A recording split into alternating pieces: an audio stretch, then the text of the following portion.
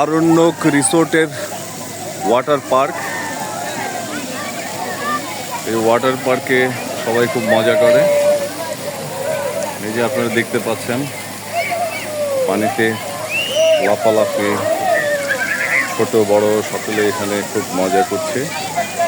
এই যে আমাদের খুদে একটি বাচ্চা, সেও এখন সাঁতার কাটবে।